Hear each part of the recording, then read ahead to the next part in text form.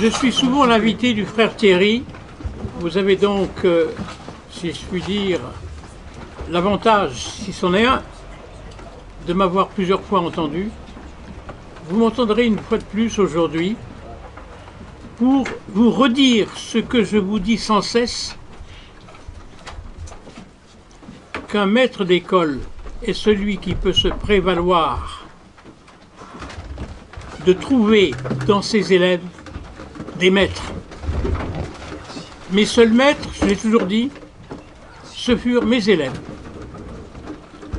Et c'est à ce titre que, aujourd'hui, je voudrais prôner ce livre, le livre de M. Maxence Eckart. Compte tenu de ce fait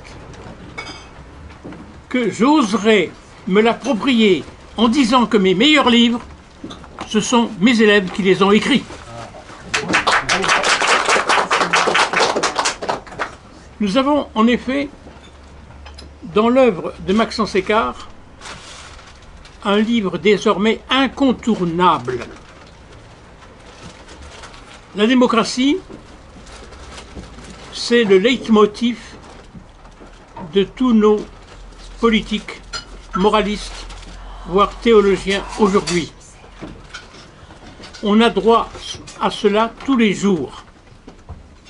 Mais sait-on seulement ce que le mot veut dire?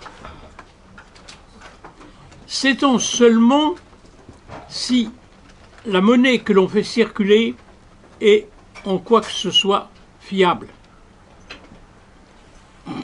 Je ne trouve dans notre littérature contemporaine qu'un livre qui ait fait la généalogie de l'idée moderne de démocratie à partir de l'Antiquité et qui essaie d'en comprendre aujourd'hui l'usage, le succès, l'imposture. C'est le livre de Maxence Eckart. À l'origine, il y avait une thèse en Sorbonne que j'avais l'honneur de diriger. Au terme, il y eut bien plus. Un livre qui en est à sa 3e édition, car il est devenu l'ouvrage incontournable, l'ouvrage de référence, le seul ouvrage qui nous permette d'y voir clair. Il ne s'agit pas d'un pamphlet, il ne s'agit pas d'un procès de la démocratie. Il s'agit de prendre celle-ci dans toute son ancienneté, de la reprendre dans son origine grecque, de retrouver la démocratie athénienne, celle de Périclès, de voir comment elle fut contournée, dérobée, détournée, subvertie, et de montrer à quelle falsification elle a pu donner lieu à travers les siècles, pour en venir jusqu'à notre actualité. Je crois qu'aujourd'hui, quelqu'un qui veut parler de politique, ou simplement penser la politique, quelqu'un qui veut penser la cité, ne peut pas faire l'économie de la lecture de cet ouvrage. C'est tous les jours qu'on vous rabat les oreilles, la démocratie par-ci, la démocratie par-là. Il faudrait savoir de quoi il retourne, il faut savoir ce que c'est. Et c'est là, justement, que le travail énorme accompli par Maxence Eckart, qui de plus a une formation juridique, est très éclairant à ce propos. Je ne vois rien d'autre à comparer. Par le passé, certes, on peut renvoyer à la démocratie en Amérique de Tocqueville, qui représenta un moment de l'évolution de la conscience européenne, bien qu'il vînt d'Amérique.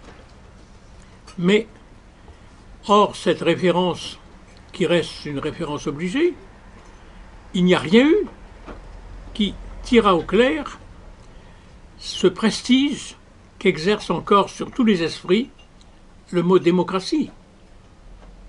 Quand on a dit mot démocratie, il semble qu'on ait invoqué la loi et les prophètes. Au nom de la démocratie, on peut tout justifier. Ce qui est contre la démocratie est nécessairement diabolique, pour ne pas dire démoniaque. Et dès lors, la démocratie fait la loi. Mais qu'est-ce que cette démocratie? À entendre les politiciens d'aujourd'hui, c'est sur le mode incantatoire qu'ils invoquent la démocratie. C'est une sorte d'invocation purement verbale. Il faudrait en finir avec cette logorée et essayer de penser une bonne fois ce que cela peut être si nous voulons, nous, en 2017, échapper une fois de plus à la subversion qu'on nous impose au nom d'une sacro-sainte démocratie dont on ne sait pas ce qu'elle est. Je reprendrai la parole si Maxence me le permet après son exposé, mais je ne voudrais pas préjuger de ce qu'il va dire, et c'est pourquoi je donne tout de suite la parole en précisant une chose, c'est que j'ai tenu à préfacer ce livre, cette préface m'honorant beaucoup plus qu'elle n'honore l'auteur de l'ouvrage.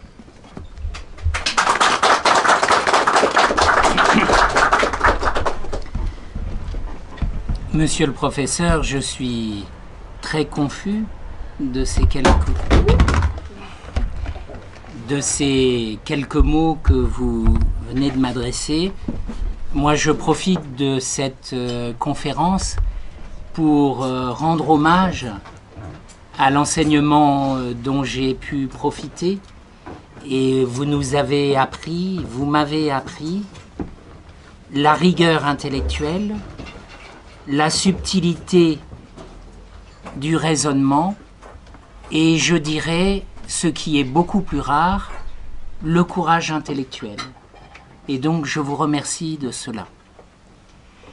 Mesdames, Messieurs, bonsoir. Je voudrais également remercier le frère Thierry d'avoir bien voulu me permettre de vous adresser la parole pour vous présenter ce livre que j'ai écrit sur donc, la démocratie moderne. Alors, ce que je me propose de faire avant de répondre à vos questions, c'est de vous en faire une présentation générale. La démocratie à laquelle je me suis intéressé, sans doute à son origine dans la démocratie athénienne, mais ça n'est pas cela qui a commandé ma recherche. Ce qui m'intéressait, c'était vraiment la démocratie dans laquelle nous vivons. Celle dont, comme le disait le professeur Magnard, on nous rebat les oreilles jour après jour. Et c'est pourquoi la première partie de mon ouvrage est un travail d'enquêteur. J'ai essayé de chercher les contours de ce concept dans l'esprit de nos contemporains. Et le début de mon travail est en fait une sorte d'enquête sociologique pour savoir que signifie la démocratie pour nos contemporains. Et puis dans une seconde partie, et nous y viendrons tout à l'heure, je risque une explication de toutes les conclusions de la partie d'enquête sociologique. Alors qu'est-ce que c'est que la démocratie dans l'esprit de nos contemporains? Eh bien tout d'abord, ce qui frappe, c'est qu'aujourd'hui la démocratie est une référence universelle. Vous savez qu'il y a environ 160 nations dans le monde. Au début des années 90, lorsque j'ai écrit ce travail, il n'y en avait, je crois, que 6 qui n'avaient pas de document constitutionnel dans lequel il y avait une référence, de près ou de loin, se référant à la démocratie, aux droits de l'homme, à la souveraineté populaire, à quelque chose de semblable. Depuis, nous avons 1 ou 2 États qui se sont dotés de constitution. Je pense par exemple au Bhoutan. Pourquoi le Bhoutan? Vous savez que le Bhoutan est un petit royaume de l'Himalaya de quelques centaines de milliers d'habitants qui est dirigé par une monarchie héréditaire depuis des siècles.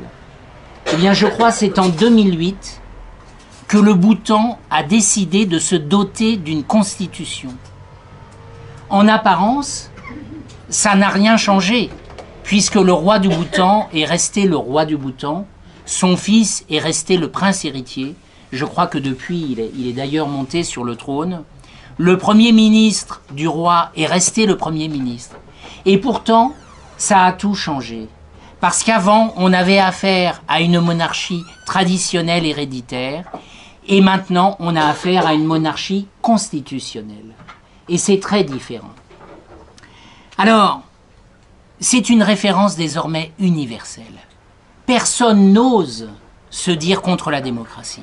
Même nos papes en font l'apologie. Or, la démocratie, qu'est-ce que c'est? Lorsqu'on s'interroge, qu'on fait une étude de vocabulaire, on s'aperçoit que ça n'est pas qu'une question politique. Lorsqu'on dit que tel club de tennis n'a pas un accès très démocratique, mais qu'est-ce que ça veut dire? Lorsqu'on dit que tel vêtement, je pense à un blue jean, est plus démocratique qu'une cravate, qu'est-ce que ça veut dire? Donc on voit bien que le concept de démocratie dépasse amplement la sphère politique. Alors, en réalité, et je ne vais pas m'appesantir sur cette démonstration parce que ça n'est pas le cœur de mon ouvrage, mais la démocratie aujourd'hui présente tous les traits de ce que les philosophes ont appelé des idéologies. Alors, qu'est-ce que c'est qu'une idéologie? Je reprendrai la définition de Raymond Aron. C'est un ensemble de propositions de faits et de jugements de valeur. Et effectivement, la démocratie se dit fondée sur un certain nombre de faits. Par exemple, la souveraineté du peuple. Le fait que la Révolution française ait été un véritable mouvement populaire d'un peuple qui souhaitait se libérer des tyrans que constituaient les rois de France. C'est considéré comme un fait historique. Aujourd'hui encore, on nous dit ben, le peuple dirige, le peuple peut diriger. Et puis à côté de cela, on constate qu'il y a énormément de valeurs qui sont des éléments de nature morale, comme le disait Nietzsche, mais qui sont sans rapport direct avec les propositions de fait. Alors qu'est-ce que c'est que les valeurs de la démocratie? Bien, vous les connaissez, liberté, égalité, fraternité, mais ça va bien au-delà. On va dire aujourd'hui que la rigueur scientifique est une valeur démocratique, que la nature est une valeur démocratique, et on va mettre énormément de choses là-dedans. En réalité, la démocratie est un système de valeurs. Maritain nous dit que c'est une philosophie générale de la vie humaine. Et l'on constate que la démocratie est devenue hégémonique à un moment précis de l'histoire, tout simplement après la Seconde Guerre mondiale, en 1945. La démocratie, de fait, devient une référence obligée. Alors vous connaissez peut-être cette anecdote de la correspondance entre le général de Gaulle et René Cassin. Et le général de Gaulle ne voulait pas utiliser le mot démocratie. Parce qu'il disait nos militants se méfient de la démocratie. Parce que pour eux, la démocratie, c'était la Troisième République, un régime de corruption, un régime où les gouvernements changeaient tout le temps. Et ils se disaient, c'est pas une bonne chose de se référer à la démocratie dans le combat que l'on mène contre le nazisme. Et donc, pourtant, De Gaulle va engager, en quelque sorte, Jacques Maritain pour rendre ce concept de démocratie populaire.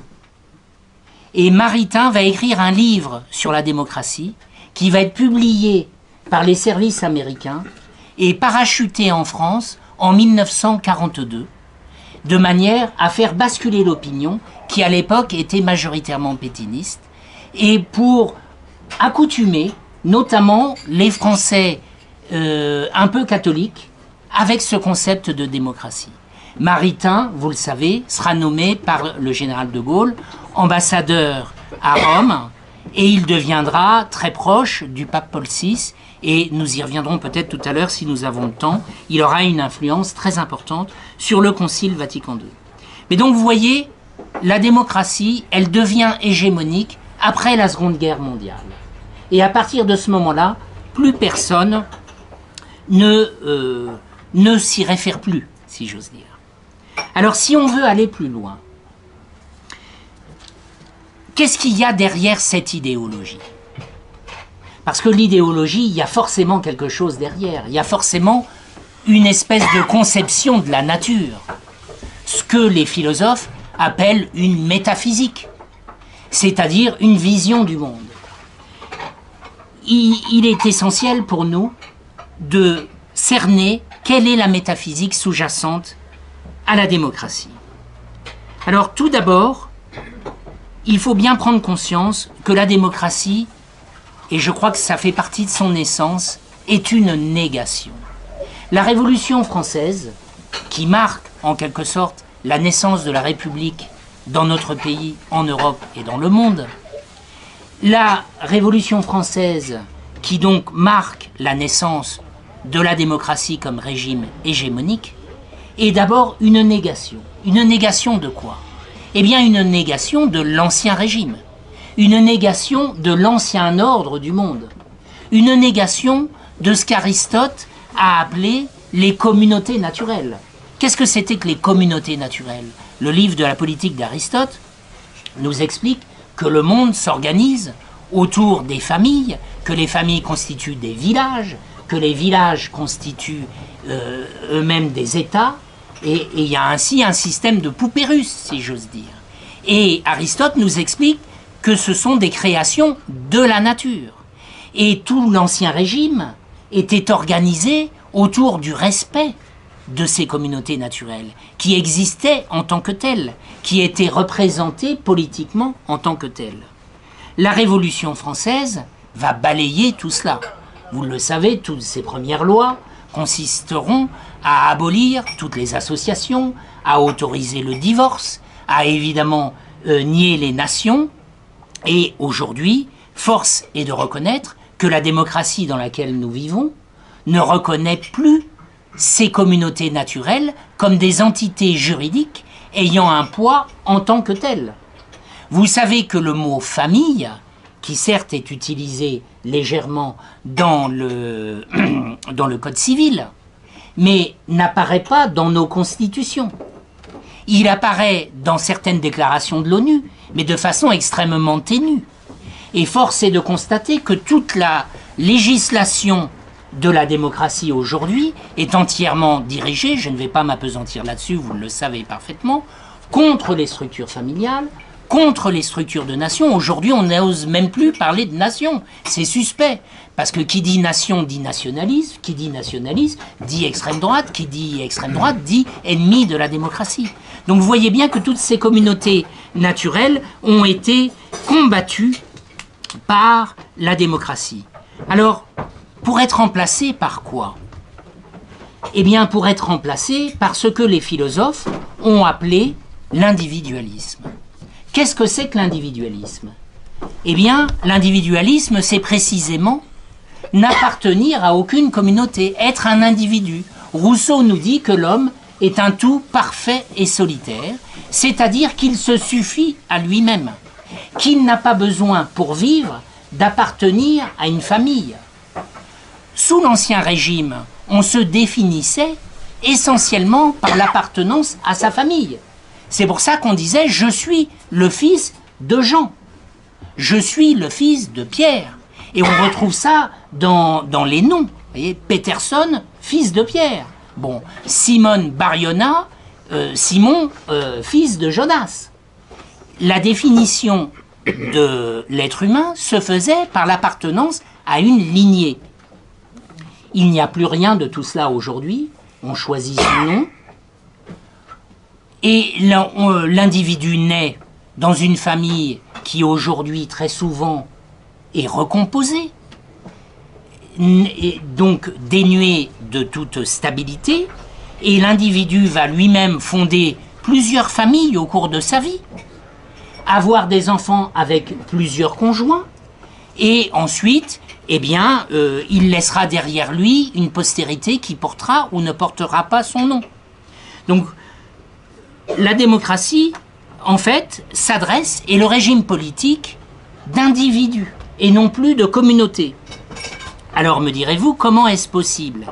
Eh bien, Rousseau, et le mouvement des Lumières avec eux, nous expliquent que les communautés naturelles n'existent pas, puisque la nature ne crée pas des communautés, mais les hommes sont, c'est toute la peinture de Jean-Jacques Rousseau, les hommes sont nés dans la forêt, et vivent dans la forêt, et un jour, ils ont simplement décidé, pour des raisons essentiellement économiques, pour protéger une sorte de propriété qui les arrangeait, ils ont décidé de constituer un contrat. Alors qu'est-ce que c'est que ce contrat? Eh bien ce contrat, c'est un accord, donc c'est de nature contractuelle. Qui dit contractuel, ça veut dire un accord commutatif, un accord bilatéral, multilatéral, où on se met tous d'accord pour respecter un certain nombre de lois et pour éviter, quelque part, les conflits. Alors, voilà le système du contrat social. Et ce contrat social est souverain. Qu'est-ce que ça veut dire qu'il est souverain? Ça veut dire que la souveraineté, c'est le fait de ne pas avoir de chef au-dessus de soi. Alors ça, on nous dit la souveraineté populaire, eh bien c'est simplement que le peuple décide de sa propre loi. Mais il y a là une contradiction profonde et qu'on ne relève pas. Si l'on est souverain, on n'a pas besoin de loi. Quand on est souverain, on fait la loi. Donc, si la souveraineté populaire est d'être soumis à la loi qu'on se donne, c'est contradictoire. Pourquoi le peuple, s'il est souverain, se donne-t-il des lois? Nous allons voir pourquoi. Or, les philosophes nous expliquent que le peuple est dit souverain. Mais tous les philosophes reconnaissent que le peuple ne sait pas gouverner. Montesquieu, le premier, nous dit que le peuple est incapable de gouverner les affaires. Soit il va trop vite, soit il va trop lentement. Et nous dit Montesquieu, il ne sait faire qu'une chose, c'est désigner de bons gouvernants. Mais il ne sait pas gouverner lui-même. Et le professeur Magnard parlait de Tocqueville. Mais Tocqueville, qui n'a pas étudié la démocratie dans des livres, qui l'a étudiée aux États-Unis, où elle existait à son époque, Tocqueville nous dit « Le peuple est même incapable de choisir de bons gouvernants. » Ah bon? Alors ce peuple souverain est incapable de gouverner, il est incapable de choisir de bons gouvernants. Comment est-ce que ça fonctionne? On nous explique, ah oui, mais ça fonctionne en raison de la représentation populaire. Le peuple choisit, elle n'est pas loin de nous ce soir, mais cette représentation populaire, Rousseau la rejette. Rousseau nous dit la souveraineté ne peut pas être déléguée. Ceux parmi vous qui ont des enfants savent que la paternité ou la maternité, ça ne peut pas se déléguer. Vous avez des enfants, vous pouvez leur dire bah, fais ceci, fais cela, je te donne quelque part la possibilité de te débrouiller tout seul sur tel et tel point. Mais vous ne pouvez pas abandonner votre paternité. S'il y a un problème, eh bien, ils reviendront vers vous pour avoir la solution. La souveraineté, c'est exactement la même chose. Vous ne pouvez pas déléguer votre souveraineté, le fait de ne pas avoir de chef au-dessus de vous, vous ne pouvez pas le déléguer à quelqu'un d'autre. C'est ce que nous dit Rousseau. Il nous dit de même que la souveraineté ne peut pas se diviser. Or, on nous dit que la souveraineté est divisée en pouvoir législatif, en pouvoir exécutif, en pouvoir judiciaire. Qu'est-ce que ça veut dire d'être souverain si on n'est souverain que sur un point particulier et pas sur le reste? Donc vous voyez que la démocratie est en réalité pleine de ces contradictions. Tout ce que je vous dis n'est pas très original. Je n'ai pas inventé tout cela. Beaucoup d'autres penseurs l'ont dit et sans doute bien mieux que moi. Mais je pense qu'il est nécessaire de faire ces quelques rappels pour comprendre comment on peut expliquer ces contradictions. Alors, en réalité, nous savons bien que le peuple ne gouverne pas. Nous savons bien que nous ne gouvernons pas. Nous savons bien que notre pays est gouverné par une élite, que cette élite se reproduit. Je vois madame qui fait une petite moue. On peut estimer que l'élite est plus ou moins bonne à son poste, mais néanmoins, ça n'est pas un hasard si tous les grands, les plus hauts fonctionnaires sortent des mêmes écoles, si tous les capitaines d'industrie sortent des mêmes écoles, si leurs enfants héritent bien souvent des fonctions de leurs parents, l'élite s'auto-reproduit. C'est un fait. Ça a été observé dans tous les pays, et plus particulièrement dans la démocratie. Or, cette élite, elle est intimement convaincue, persuadée de sa supériorité. Elle sait qu'elle gouverne. Mais sauf qu'elle doit respecter le jeu démocratique. Elle doit dire « je suis soumis à la souveraineté populaire ». Et bien souvent, cette élite méprise le peuple. Mais néanmoins, elle se plie à la souveraineté. Il y a là une sorte de mensonge. Et je crois qu'il ne faut pas hésiter à le dire. Il y a dans la souveraineté populaire un mensonge, où on dit que le peuple gouverne alors qu'il ne gouverne pas. Alors, voilà, lorsqu'on observe de façon très superficielle et très rapide ce qu'est la démocratie, voilà à quoi nous arrivons. Nous arrivons à des contradictions logiques. Nous arrivons à la négation de tout ordre naturel et nous arrivons à un espèce de mensonge. Alors comment expliquer cela? Et c'est ce qu'il nous faut faire maintenant. Car il y a une raison à tout cela, il y a une logique à tout cela. Et la démocratie, nous allons le voir, est extrêmement cohérente au-delà de ces contradictions. Alors, pour essayer de comprendre ce système, je pense qu'il faut tenter de se mettre dans l'esprit de nos contemporains. Quelles sont les choses, quelles sont les vérités auxquelles nos contemporains croient le plus? Eh bien, je pense que nos contemporains, nous tous, ce qui nous paraît le plus solide, c'est ce qu'on a appelé la science. Les sciences dures, le CNRS, les laboratoires, la chimie, la physique, toutes ces sciences dites dures qui, de fait, ont été absolument indispensables dans le progrès technologique que nous constatons et qui sont jugées comme étant des éléments absolument incontestables du monde moderne. Or, cette hégémonie de la science, elle n'est pas tout à fait nouvelle. Descartes lui-même, dans son discours de la méthode, nous dit que les hommes vont se rendre maîtres et possesseurs de la nature. Et au XIXe siècle, on a vu fleurir un espèce de scientisme, c'est-à-dire une sorte d'idéologie, qui mettait les sciences expérimentales au-dessus de toutes les autres, alors que, sous l'Ancien Régime, les sciences les plus nobles, c'était la philosophie, la théologie, le droit, ce genre de choses. Alors que nous disent les sciences sur le monde dans lequel nous vivons? Eh bien, les sciences nous disent, depuis Darwin, que le monde est en évolution. Et c'est jugé comme étant une vérité scientifique. Les hommes, nous dit Darwin, sont arrivés par hasard sur la surface de la Terre. Ils ont évolué, ils se sont organisés et ils ont connu un certain progrès technologique. Alors, évidemment, cette théorie de Darwin correspond à la théorie de Rousseau, hein, du tout parfait et solitaire d'un homme sylvestre.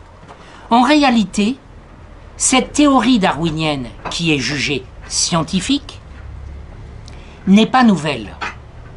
Elle correspond à une philosophie très ancienne. C'est la philosophie d'Épicure, qui consiste à dire que le monde, et donc Épicure est son disciple, connu par son disciple Lucrèce, Épicure nous explique que le monde est arrivé par le hasard de la concrétion des atomes.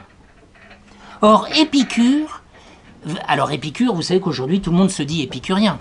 Si vous entendez les philosophes qu'on lit dans le journal, Michel Onfray, Luc Ferry, André Comte-Sponville, tous se réfèrent à Épicure. Nous n'avons pas de raison, on peut sourire, mais ce sont des philosophes qu'on doit estimer, il me semble, mais ils se réfèrent tout simplement à l'épicurisme. Et pas uniquement pour des raisons hédonistes, plutôt pour des raisons cosmologiques, nous allons y revenir. Épicure a été redécouvert dans un monastère alsacien au début du XVe siècle. Et donc, on a lu au travers du manuscrit de Lucrèce sur la nature des choses, c'est-à-dire sur l'origine du monde. Et de fait, l'épicurisme est revenu en Occident par la conception du monde. On a commencé par s'interroger sur la question de l'infini du monde. Est-ce que le monde, est-ce que le cosmos est infini? Est-ce que, avec nos télescopes, nous voyons toutes les planètes? Est-ce que derrière la plus lointaine des planètes, il y en a encore une autre derrière? Est-ce que si nous montions dans un vaisseau spatial qui serait capable d'aller jusqu'à cette dernière planète, est-ce que l'on peut dire qu'il y en aura une autre derrière? Et alors, les philosophes ont buté sur cette difficulté, qui est une difficulté en fait très ancienne, puisque déjà un ami de Platon s'y était confronté, Archytas de Tarente, et il disait « Le monde ne peut pas être fini, parce que je pourrais toujours lancer mon javelot au-delà de la fin du monde. Donc le monde est forcément infini. » Et alors, si le monde est infini, nous dit-on, eh bien, il y a forcément de nombreuses planètes habitées. Et de fait, Épicure, Lucrèce, nous disent qu'il y a plusieurs planètes habitées.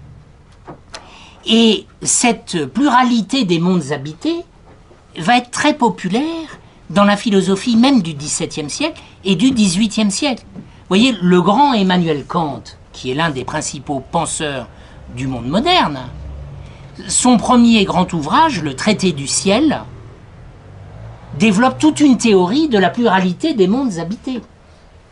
Et à la fin de sa vie, Kant, je crois en 1797, a écrit un petit traité sur les lunes où il reprend ces théories de pluralité des mondes habités. Et il considérait, Emmanuel Kant, que toutes les planètes du système solaire étaient habitées. Et plus les planètes étaient proches du Soleil, plus les gens étaient frustes, et plus elles étaient éloignées du Soleil, et plus les êtres étaient développés, intelligents. Et disait-il, les habitants de Vénus sont des singes, et les habitants de Saturne sont des Newtons. Donc vous voyez que toutes ces questions cosmogoniques sont devenues populaires à partir du XVIe siècle, et ont progressé dans l'esprit des philosophes au XVIIe et au XVIIIe.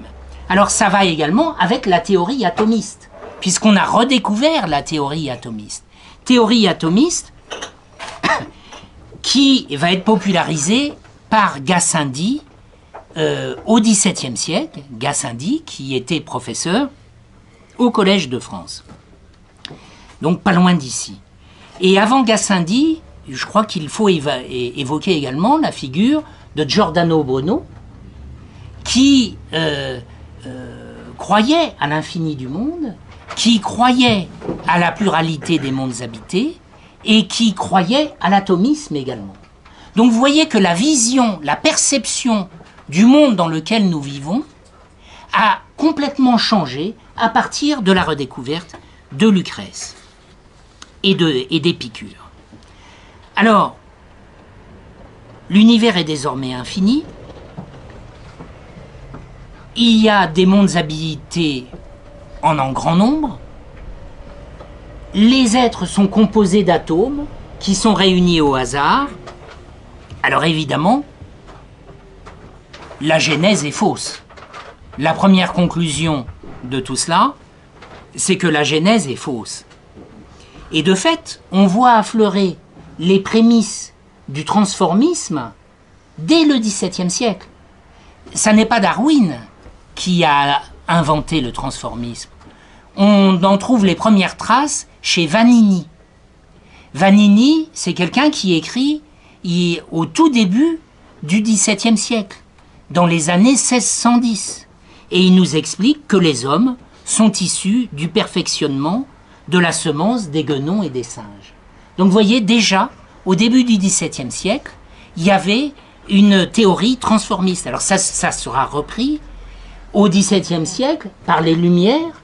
Vous avez des gens comme Bernard de Maillet qui publie de façon anonyme un ouvrage qui s'appelle le Téliamède, dans lequel il dépeint des... Alors il croyait aux sirènes, donc il pensait qu'il y avait des hommes marins, il croyait qu'il y avait... Il était ambassadeur en Égypte, donc il colportait toutes les légendes d'Afrique, et il croyait qu'il y avait des hommes sylvains, donc les Hollandais avaient rapporté d'Indonésie des orang-outans, donc il considérait que les orang-outans étaient des hommes sylvains, et il pensait que, en fait, les hommes étaient issus d'une certaine évolution.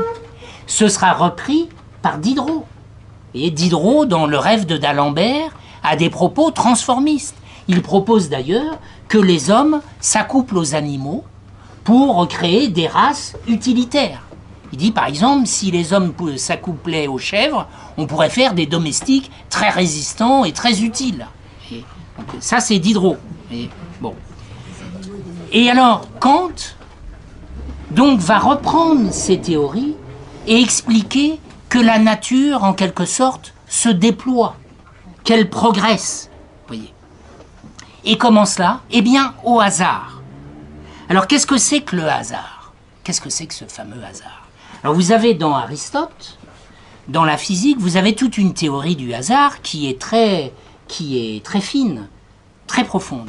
Que nous dit Aristote, je ne vais pas m'étendre là-dessus, mais c'est intéressant. Il dit le hasard, c'est simplement une causalité que l'on ne peut pas expliquer parce qu'elle est trop fine, elle est trop petite. Et quand vous jetez un dé, vous ne pouvez pas savoir quelle est la face qui va sortir parce qu'il y a trop de paramètres. Donc, vous ne savez pas si c'est un 2 ou un 6 qui va sortir, parce que ça dépend du mouvement de la main, ça dépend de la résistance de la table. Donc c'est en dehors, nous dit Aristote, du domaine de la raison. Et donc ça peut tout juste faire l'objet des probabilités, d'un raisonnement mathématique de probabilité. Et donc, le hasard moderne, tel qu'il va être repris par les scientifiques au XIXe siècle et surtout au XXe siècle, eh bien, c'est tout simplement cette notion mathématique de probabilité. Un certain nombre de choses arrivent uniquement en fonction d'une probabilité mathématique.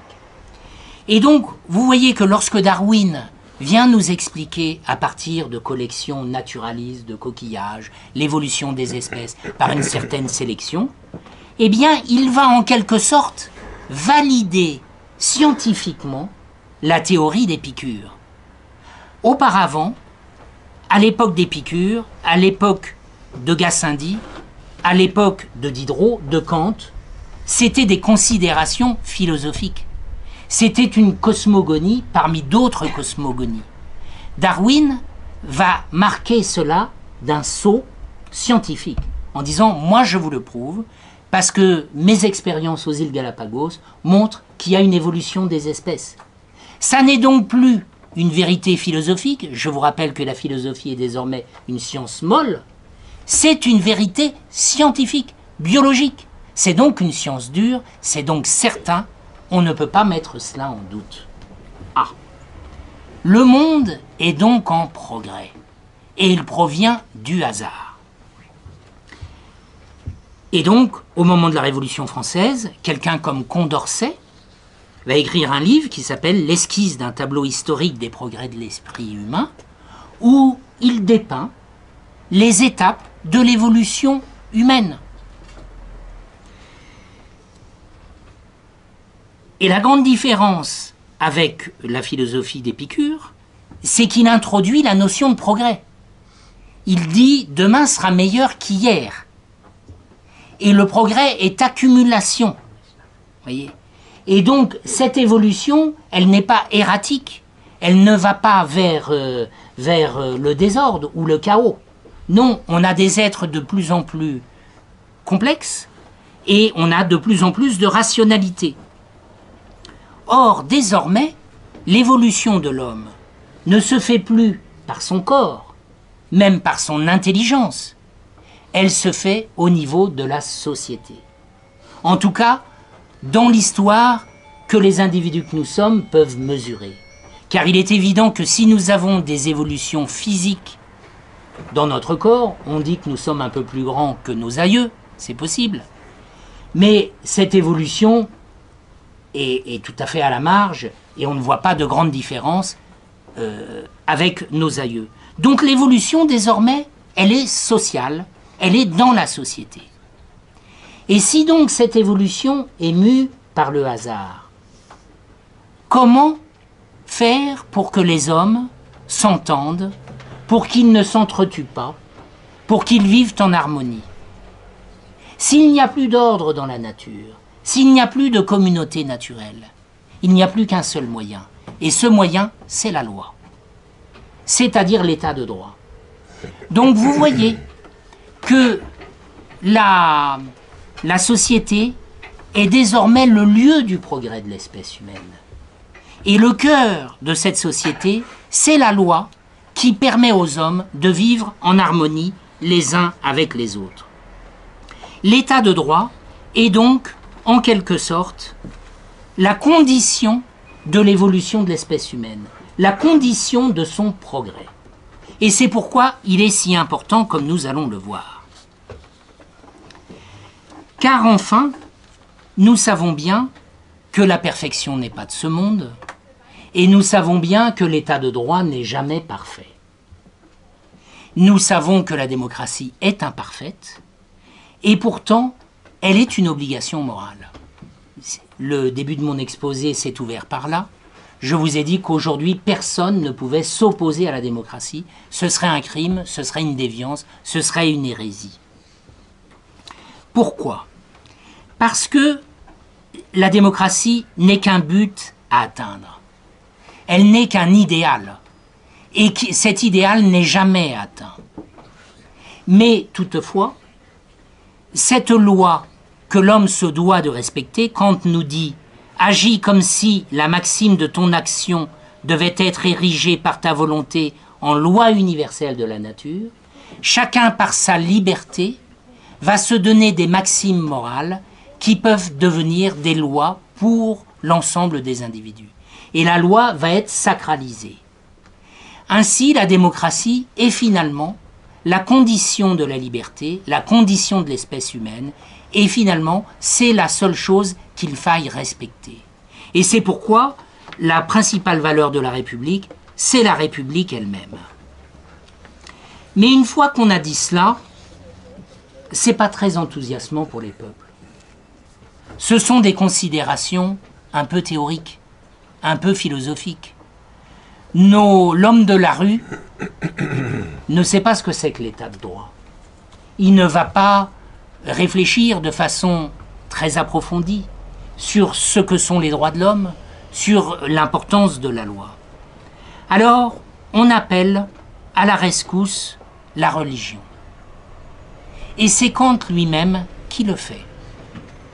Kant nous dit que face à l'épreuve du mal notamment, et pour aider les hommes à respecter la loi et la morale qu'ils se donnent, la religion, ce qu'il appelle le poème des prêtres, est très utile, est essentielle.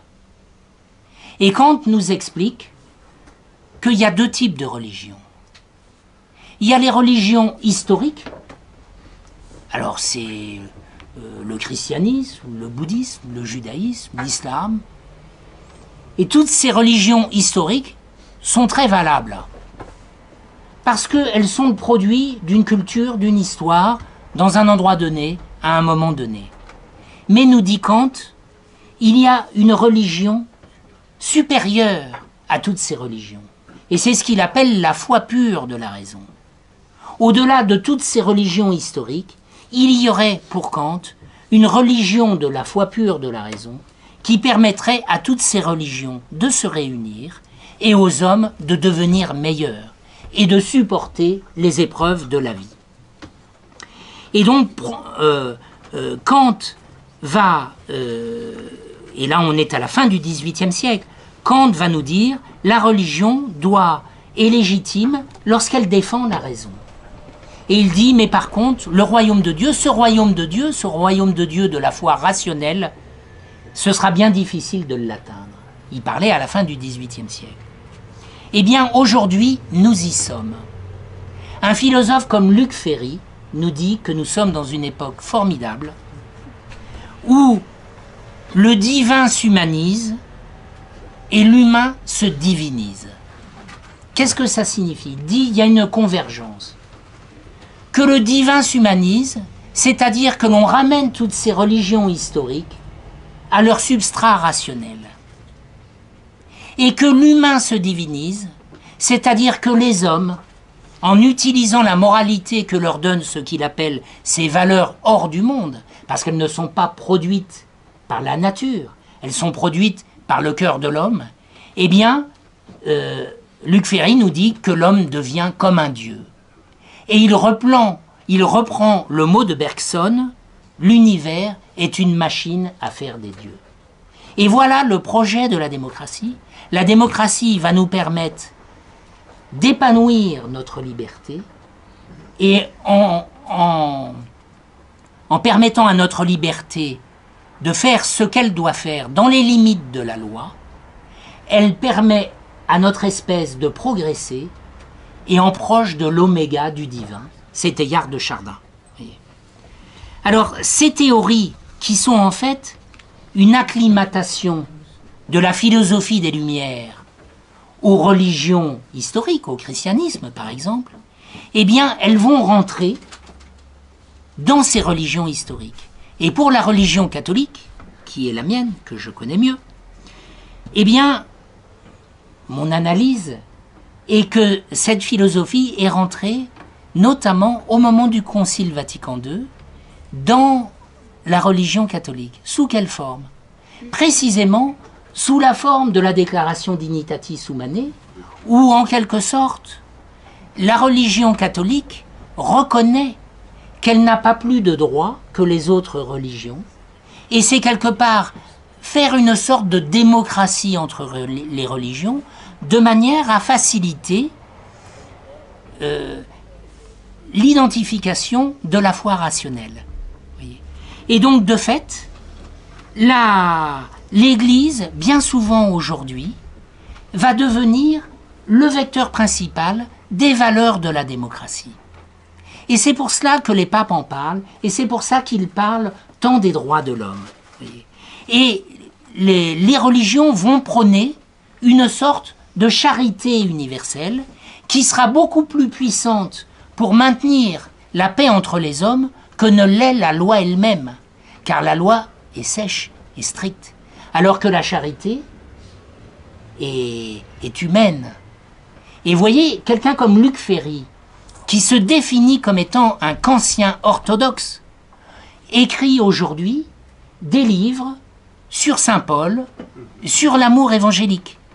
Ça n'est pas qu'il pense que Saint Paul ait reçu une révélation de Dieu. Il ne croit pas à la révélation, il me semble. Mais il considère simplement qu'il y a dans les textes de Saint Paul des éléments sur l'amour des hommes entre eux qui peuvent être utiles au progrès de l'espèce humaine. Alors, parallèlement à la conversion des cœurs, il faut la conversion des nations. Car les nations sont naturellement antagonistes. Pourquoi sont-elles antagonistes? Parce qu'elles ne sont pas unies par des lois, parce qu'elles sont indépendantes. Et donc, la démocratie qui existe au niveau des nations doit exister entre les nations. Et ce projet de paix perpétuelle est en réalité un projet ancien.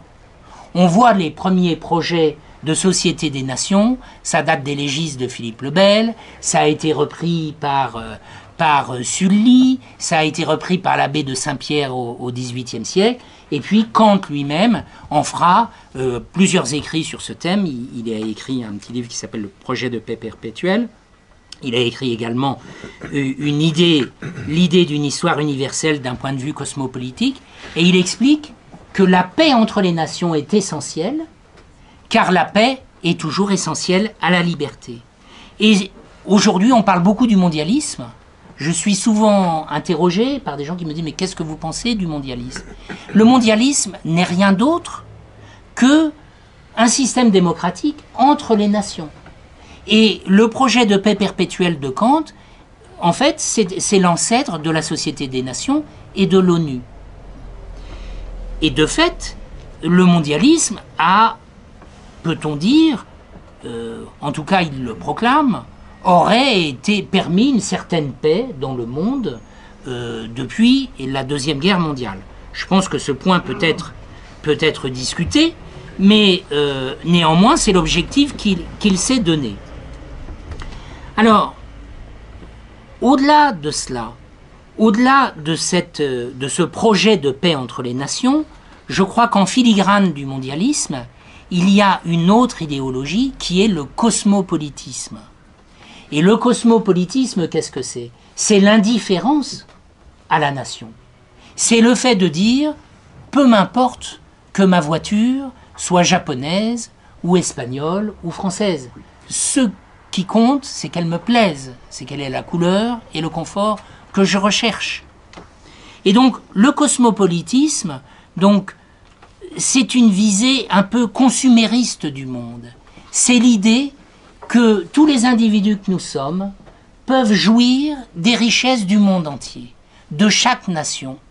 Et d'ailleurs, pendant des siècles, le cosmopolitisme a été une coquetterie de riches, en fait.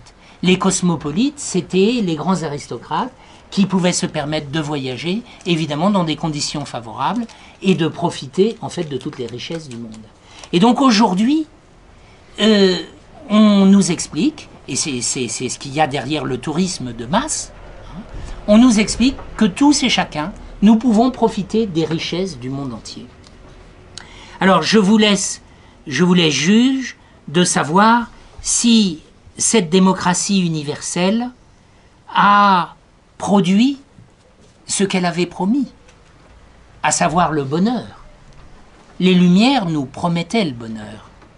L'Ancien Régime, le Moyen-Âge, n'a jamais promis le bonheur. On ne promettait que la croix, que le sacrifice. Le bonheur n'était promis que dans l'au-delà. Le projet de paix de la démocratie est un projet du monde. Il s'agit de trouver la prospérité en ce monde et de rendre les gens heureux en ce monde. Est-ce vraiment le cas? Chacun d'entre nous peut répondre à cette question. Ce que l'on peut constater est que la démocratie aujourd'hui est en quelque sorte en difficulté. Pourquoi est-elle en difficulté? Précisément en raison de son succès. Parce que les frontières sont tombées. Parce que les communautés naturelles ont disparu. Les mouvements du monde entre les gens, entre les pays, sont de plus en plus nombreux et de plus en plus forts. Et la démocratie se voit contrainte de réunir des éléments de plus en plus hétérogènes. Et c'est la raison pour laquelle elle doit être de plus en plus forte. Il est évidemment beaucoup plus difficile de maintenir la paix sociale lorsqu'il y a des ethnies différentes dans un pays, des gens de religions différentes dans un pays, des gens qui viennent de tous les horizons. Lorsqu'il y a des mouvements migratoires massifs, c'est extrêmement difficile. Et donc on voit bien que la démocratie est condamnée à être chaque jour plus forte, plus policière, plus armée. Mais n'est-ce pas dire qu'elle deviendra chaque jour plus totalitaire? Et je terminerai là-dessus. C'était la crainte qu'avait Tocqueville, justement. Et il nous met en garde, je cite son texte, contre ce despotisme que les nations démocratiques ont à craindre.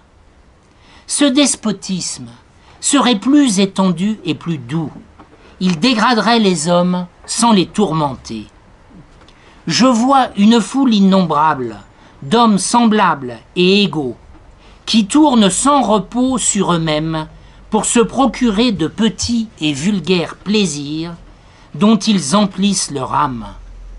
Chacun d'eux, retiré à l'écart, est comme étranger à la destinée de tous les autres. Ses enfants et ses amis particuliers forment pour lui toute l'espèce humaine. Au-dessus de cela s'élève un pouvoir immense et tutélaire, qui se charge seul d'assurer leur jouissance et de veiller sur leur sort. Il est absolu, détaillé, régulier, prévoyant et doux. Il aime que les citoyens se réjouissent, pourvu qu'ils ne songent qu'à se réjouir. Que ne peut-il leur ôter entièrement le trouble de penser et la peine de vivre? L'égalité a préparé les hommes à toutes ces choses. Elle les a disposés à les souffrir, et souvent même à les regarder comme un bienfait. J'ai toujours cru qu'il ne serait pas impossible à cette sorte de servitude réglée, douce et paisible, de s'établir à l'ombre même de la souveraineté du peuple. Je vous remercie.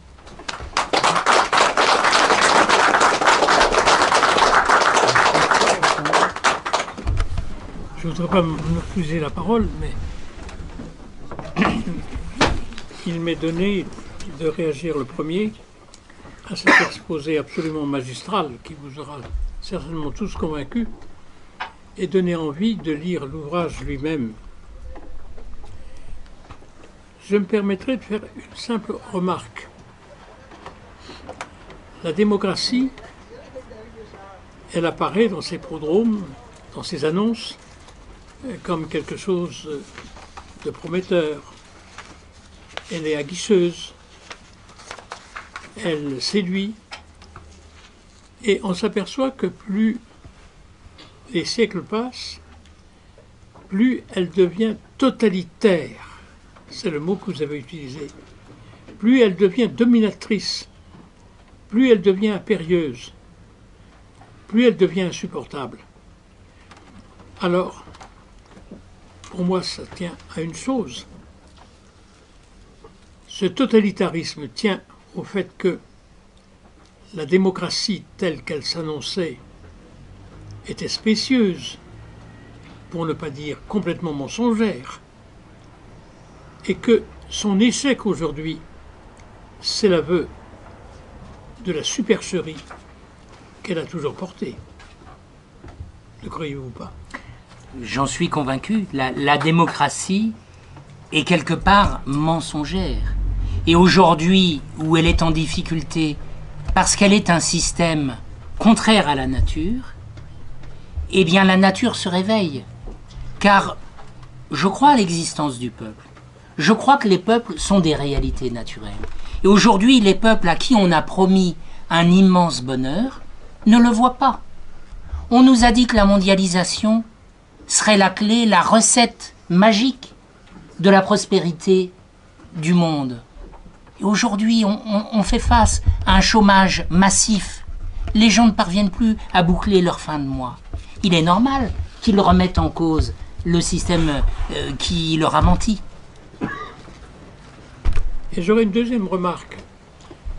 La démocratie, elle ne peut être qu'universelle. Elle ne peut être que globale. Et c'est pourquoi elle crée le cosmopolitisme. Il faut insister sur ce qu'il y a de délétère dans cette notion. Le cosmopolite, qu'est-ce que c'est? C'est le citoyen du monde.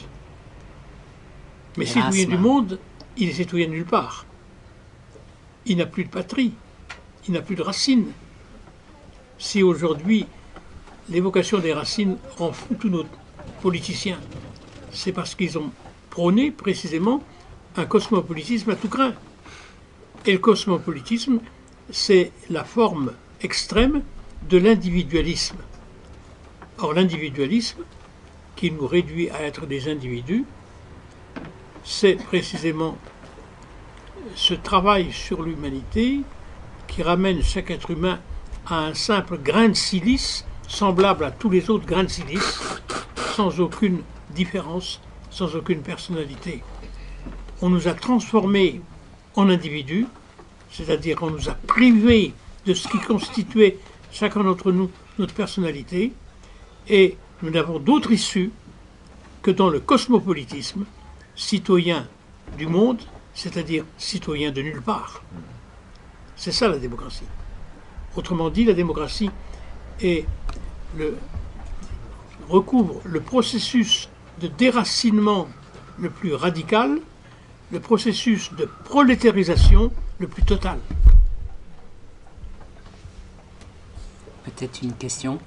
Je voudrais revenir sur un point que vous avez posé, un seul petit point. Vous avez parlé, si j'ai bien compris, de l'instrumentalisation de la religion au service de la démocratie empêtrée dans ses contradictions. Je ne sais pas si je vous ai bien compris. Si, tout à fait. Oui. Donc, je ne vais pas revenir sur ce que vous avez dit dessus. Moi, mais je voudrais, c'est la religion catholique, mais comme partie, n'est-ce pas un peu dangereux d'escamoter la liberté qu'a tout être humain, qui depuis l'Évangile et l'histoire, de choisir entre le bien et le mal. Et je pense à la critique radicale du grand inquisiteur de Dostoïevski, qui montre que c'est la tentation universelle de se soumettre finalement, de se démettre du poids de sa liberté.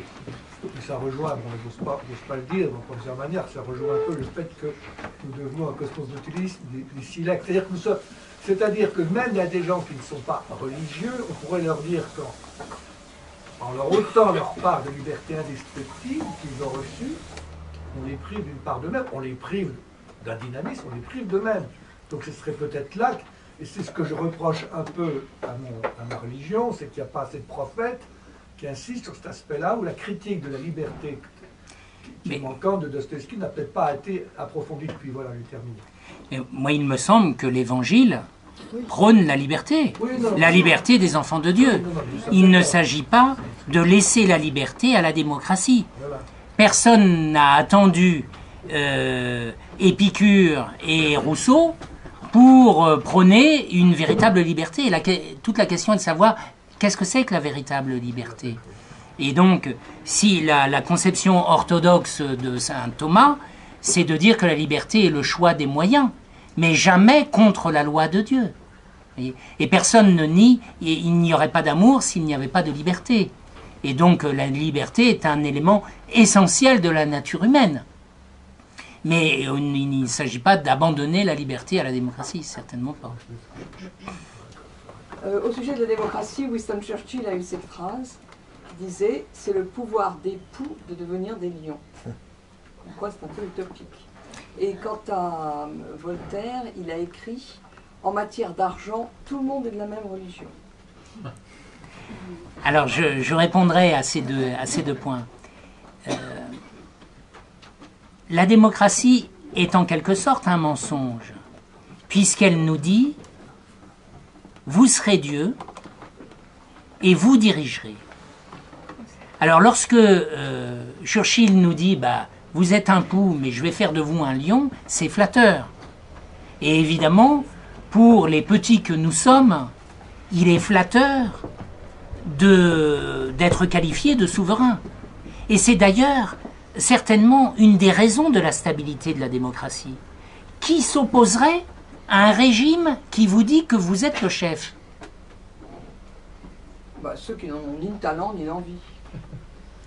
Certes, mais bon, ça les dérange pas, vous voyez. Vous voyez, même si vous ne participez pas au vote et à la démocratie, on vous dit que vous avez les mêmes droits que le président de Renault ou le chef d'état-major des armées, bah, c'est flatteur. Vous n'allez pas vous plaindre. Ah non, on préfère avoir des devoirs que des droits. C'est un mensonge, vous n'y croyez pas vraiment. Certes, c'est un mensonge. Il faut parler des devoirs et non pas des droits. Déjà. Bien sûr qu'il faut parler des devoirs, mais on nous parle. Alors là, j'ai pas eu le temps de vous. La démocratie, c'est ce que nous voyons tous les jours. C'est ce qui fait que le premier imbécile venu est candidat aux primaires. Et il gagne au primat. Mais donc je pense que Churchill était démagogue, pour répondre Oui, il est pire que à ça. votre... Ensuite, le second point. En matière d'argent, tout le monde est de la même religion. Eh bien, c'est un des aspects, et je n'ai pas voulu être trop long ce soir, mais c'est le dernier chapitre de mon livre, où je dis, s'il n'y a plus de communauté naturelle, si l'esprit et la matière sont la même chose, s'il n'y a pas d'ordre dans le monde, qu'est-ce qui reste de commun? Eh bien, la matière. La matière, c'est la prospérité, c'est l'économisme, l'argent. Et donc la démocratie sombre en économisme. Aujourd'hui, tout le monde, je discutais pas plus tard qu'aujourd'hui avec des étudiants qui me disaient « Oui, mais la démocratie est un économisme ». Et de fait, beaucoup de gens se sont convertis à la démocratie, je pense notamment aux pays du bloc de l'Est, parce qu'ils ont espéré qu'adhérer à ce régime de l'Ouest leur procurerait la prospérité. Et de fait, aujourd'hui, la démocratie utilise les richesses pour avancer. Et les mécanismes de redistribution ont des visées essentiellement politiques. Il s'agit de rétablir l'égalité des conditions, l'égalité des moyens de chacun. Alors, vous avez raison de dire que lorsqu'on parle d'argent, tout le monde a la même religion. Mais c'est pas moi qui le dis, c'est Voltaire. C'est Voltaire. très en avance sur son... Non, mais Voltaire n'a pas complètement tort. Mais la seule question, c'est est-ce qu'il n'y a que l'argent dans la vie? Est-ce que nous pouvons réduire notre existence à une dimension monétaire? Est-ce que l'homme se réduit à la richesse qu'il consomme? On laisse ça à Voltaire qui a gagné énormément d'argent, Voilà. non pas avec ses écrits, comme disent certains guides dans des châteaux, mais avec, oui, le trafic d'armes et l'esclavage. Comment concilier l'homme animal social avec l'individualisme? Alors, l'homme animal social, c'est la conception d'Aristote. Et cette conception consiste à dire que l'homme ne peut pas être homme véritable s'il n'est pas dans une société. Ça veut dire quoi? Ça veut dire que si vous êtes seul dans une forêt, vous aurez beaucoup de mal à subvenir à tous vos besoins. Et donc, les hommes ont toujours vécu en communauté. Donc, cette conception aristotélicienne d'homme comme animal politique, animal social, est en soi incompatible avec la conception de Rousseau que j'ai évoquée, qui considère que l'homme, précisément, peut vivre tout seul dans une forêt, qu'il est un tout parfait et solitaire. Qu'est-ce que ça veut dire parfait et solitaire? Ça veut dire, s'il est parfait, qu'il peut se suffire à lui-même, et s'il est solitaire, c'est qu'il ne vit pas en société. Ces deux concepts sont donc incompatibles. En réalité, il est clair que la conception de Rousseau était une pierre dans le jardin d'Aristote. Alors maintenant, comment résout-il la difficulté? Tout ça, par le contrat social. Autre question? Oui, je voulais dire quand même, parce que là on ne parle pas beaucoup de Dieu, mais le propre de la démocratie, c'est quand même de dire que c'est la loi qui décide ce qui est bien et mal.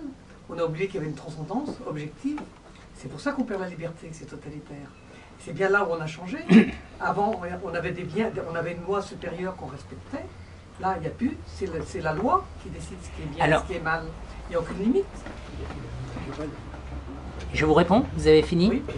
Vous avez tout à fait raison. Il y a un point que je n'ai pas beaucoup souligné. Je vous ai beaucoup parlé d'Épicure. Et je vous ai dit que la philosophie épicurienne était, de mon point de vue, sous-jacente aux Lumières. Sous une forme ou sous une autre, plus ou moins, ou chez un tel ou un tel. Mais quel est le cœur de la philosophie épicurienne? C'est précisément de dire que le monde s'explique sans l'intervention des dieux. Que le monde s'explique par lui-même. Il est un tout autosuffisant. Je vous ai parlé de panthéisme. Je vous ai dit que la métaphysique sous-jacente à la démocratie était le panthéisme. C'est la même chose que de dire qu'il n'y ait pas un Dieu en dehors du monde et qui lui donnerait sa loi. Quand vous dites qu'il y a un Dieu supérieur qui nous donne des lois que nous devons respecter, en fait, vous adoptez la perspective traditionnelle qui a été développé par Platon, par Aristote et beaucoup d'autres, qui consiste à dire que le monde ne s'explique pas par lui-même, qu'on est obligé d'admettre l'existence d'un être premier, ce qu'Aristote appelle le premier moteur, pour rendre compte de l'existence du monde. Et que ce premier moteur a donné des règles objectives à ce monde qu'il faut respecter. Et donc, dans l'Ancien Régime, le roi de France était le lieutenant du Christ. Qu'est-ce que ça veut dire? Ça veut dire qu'il était essentiellement un juge. Il était destiné à trancher où se trouvait l'ordre de la nature, à dire, ben oui, le bon ordre de la nature, c'est de faire ceci. Mais il n'était pas souverain. Vous voyez, c'est l'histoire de la double donation de Jeanne d'Arc. Oui, Hein, la triple donation de Jeanne d'Arc, vous voyez, mais qui consiste à dire, le royaume appartient d'abord à Dieu. Et donc la démocratie, vous avez tout à fait raison de dire que l'essence même du concept de souveraineté populaire, c'est en fait de ne pas recevoir de loi de Dieu. Oui, il n'y a pas de loi supérieure aux hommes. Et d'ailleurs, les papes se sont prononcés contre cela. Dans la lettre sur le sillon, pas Jean-Paul II, mais Saint Pie X, dans la lettre sur, dans la lettre sur le sillon, Saint Pie X condamne Marc Sangnier, qui en 1907, au congrès de Rouen, avait fait un grand discours où il disait le pouvoir vient du peuple. Et il dit ça, c'est pas catholique. Parce que c'est contraire à l'épître de Saint Paul, l'épître aux Romains. Tout pouvoir vient de Dieu. C'est pour ça que le pouvoir de Rouen n'était pas totalitaire. Mais tous les papes, vous voyez. Hein. Et donc, alors j'ai pas eu le temps ce soir de vous parler du mouvement de Léon XIII, de ce qu'on a appelé le ralliement, est-ce qu'il est possible d'imaginer une démocratie chrétienne? Bon, Léon XIII, évidemment, a bouleversé le point de vue de beaucoup de chrétiens de son époque. J'ai un petit peu étudié cette question-là, j'en ai fait un paragraphe dans cette nouvelle édition. Je suis convaincu, pour ma part, que Léon XIII était parfaitement orthodoxe. Et ce qu'il a voulu éviter, c'est en fait une guerre civile, notamment en France. Et il l'a pas évité, il n'y a quand même pas eu de guerre civile. Non. Mais dans tous les cas, alors Dieu jugera ce qu'a dit Léon XIII, mais si on prend la lettre de ses encycliques, et si on prend la lettre de Au milieu des sollicitudes, ce que propose Léon XIII, c'est pas du tout la démocratie moderne que je vous ai décrit ce soir. Léon XIII commence son exposé en faisant une théorie de la cité qui est parfaitement aristotélicienne. Et il dit une chose que plus personne ne dit aujourd'hui. Il dit que le premier lien de la société, c'est la religion. Donc, sous-entendu, pour Léon XIII, il ne peut pas y avoir de société unie s'il y a plusieurs religions. C'est fort.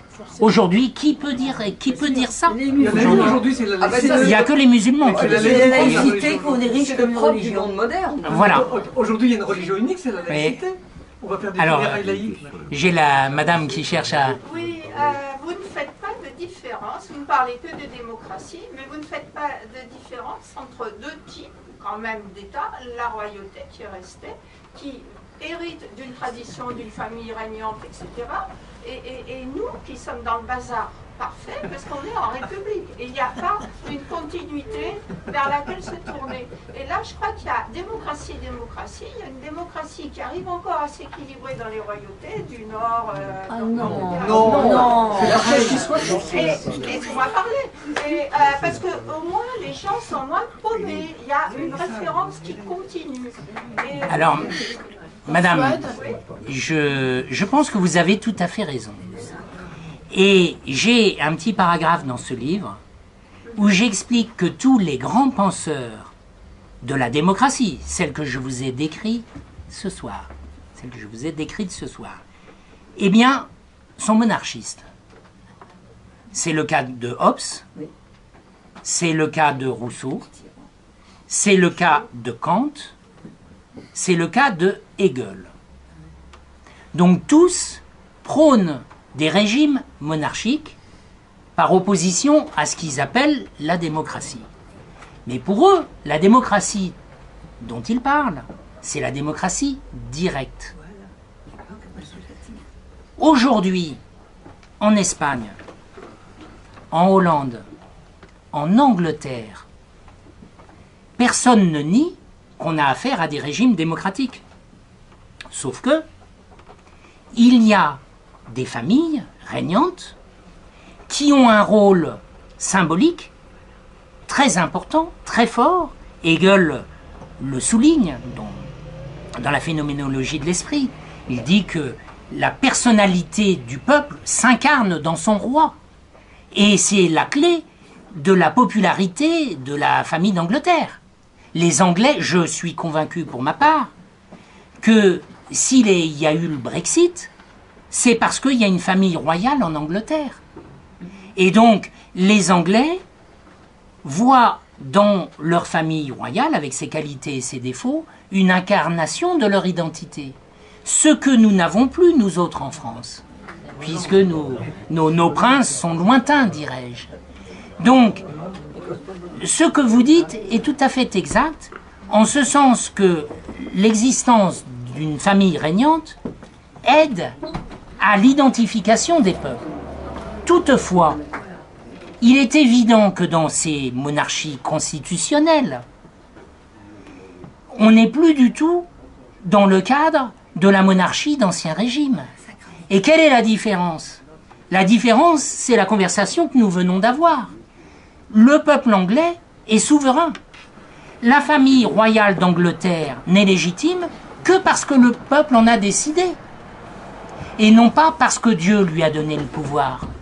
Et à aucun moment, la famille royale d'Angleterre, ou d'Espagne, ou de Belgique, ne pourrait aller contre les décisions du peuple anglais s'exprimant sur une réforme constitutionnelle. Il y a donc, elle est là la véritable différence. Et elle est profonde, radicale, incompatible. C'est le pouvoir du sacre. C'est le pouvoir du sacre, bien sûr. Baudouin l'a fait. Madame? La seule monarchie, il y en a une seule qui est sacrée. Il y a un sacre, donc il y a bien un sens de Dieu. Mais tout à fait. C'est pas le cas des autres. Il n'y a pas des sacres aussi importants pour les autres. Mais vous avez tout à fait raison. Mais pas issus de Dieu. Le sacre du roi de France, notamment, était considéré comme un sacramental, et c'était vraiment la marque que le roi tenait son pouvoir de Dieu, et non pas du peuple. Voyez. Voilà. Et pas en Angleterre, c'est une cérémonie, mais il n'y a pas la sacralité qui préside. Voilà. C'est la seule. Écoute, Deux phrases de conclusion. Avant de... écoutez, donc on est obligé d'arrêter les questions parce que les choses doivent s'arrêter. Je vous invite à venir me voir après pour me les poser en particulier. En tout cas, donc je vais signer mon livre pour ceux qui voudraient l'acquérir. Et je vous remercie beaucoup de votre attention et de toutes vos questions. Bonne soirée.